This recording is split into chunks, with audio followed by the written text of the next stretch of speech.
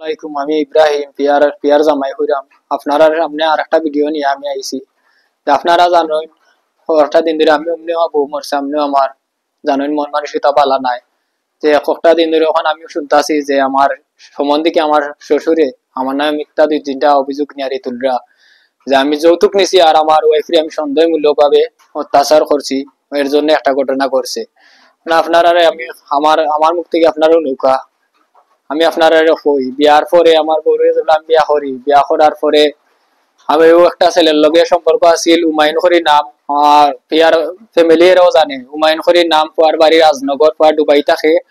বিয়ার পরে আমি শুনছি, বিয়ার পরে শোনার পরে গেলে আমি আমার ওয়াইফকে আমি বুঝাইছি, আচ্ছা যা বিয়ার আগে যেটা আছিল এটা মিটমাট, এটা লিয়া চিন্তা করিও না, এটা লিয়ে আমি বুঝাইছি বাজাইছি।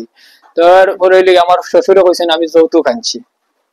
আমি যৌতুক আনলাম কি লাখান আপনারা বিচার করুক যে আমি আমার ওয়াইফরে আমি বাগাইয়ে বিয়া করছি। আপনারা জানেন না, আপনারা তো জানবেন না কিবার আমি বাগাইয়ে বিয়া করছি, আমারে যৌতুকটা তারা দিলা কি লাখান।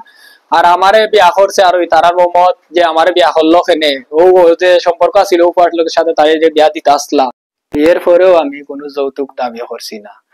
আমারও মরা মানুষে লইয়া দয়া করি আপনারা যৌতুকের দাবিটা করবা না। আমারও একটা মেয়ে দিছেন আল্লাহ, এগুলো একটা ভবিষ্যৎ আছে। আমার বা দুই ভাই বিদেশ, আমিও গাড়ি চালাই, তো আমি কোন দুঃখে যৌতুক চাইমু।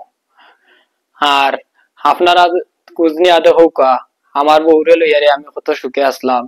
আর আপনারা ফেসবুক আছে, টিকটক আছে, টিকটকে আমার বউর ইব্রাহিম ওয়াইফ পিউ, ওটা আপনারা দেখো আইডির মাঝে 2-3টা ভিডিও আছে, কত সুখে আমরা ঘুরাইছি ফিরাইছি আমার বউরে লইয়ারে। তারপরে পরে 2 দিন আগে তাই ফ্যামিলি লইয়াও ভিডিও বানাইছি, আপনারা দেখো চেক করে তইলে বুঝবা আখেটা কিতা করছে না করছে। আর দয়া করে আমি ইতা চড়াইবা না, আমার মেয়েরে লই আমার বাঁচতে দেন। আর যদি বাঁচতে দেন নাই আর আপনারা আমার জানে মারিলেও এজলা খান মিশা মাইতে আপনারা প্রচার করেন না। আপনারা কিতা চাইরা আমার মেয়ের কাছে আমি অমনি বড় হইলে মেয়েরে কিচ্ছু জবাব দিতে পারতাম না, মার কথা জিগেলে কিচ্ছু হইতে পারতাম না, কারণ আমার মেয়ের কাছেও আমি হয়ে গেছি দোষী। আপনারা জিলাখান আমারে দোষী বানাইরা, হার জিলাখান আমার মিথ্যা ওর খিতানি হারি আমার জিলাখান ফাঁসানি ওর। যদি আমার মনে খিতা হয় এমনিতে আমি মুগ্ধ হয়, কারণ আপনারা দেখা আমার সেরা জবির অবস্থা কি তুই যে না খানি আমার বোর চিন্তায় অমনি আমার ঘুম নিদ্রা নাই। কিলাহান মায়া করছি আমার ওইপে আমি জানি, আর আমার মানুষ দেখে আমার অবস্থা কিলাহান হয়েছে। যদি আমার মনে মনে কিচ্ছু হয় আর যদি আমি কিচ্ছু করি তাহলে আমার ওর বাড়ি সব দায়ী। আর কিছু হইলাম না আপনার কাছে ওটাই। আর আমার বউর টিকটক আইডি আছে, আপনারা ঘুরিয়ে এই ভাই দেখো মরার আগে আমার ওয়াইফে তাই বাপর বাড়ির নামে কিছু কথা হইয়া গেছে, আপনারা দেখো আপনারা দেখলেও বুঝবা ওটা। আর কিছু খোয়ার নাই আপনারা কাছে। আসসালামু আলাইকুম।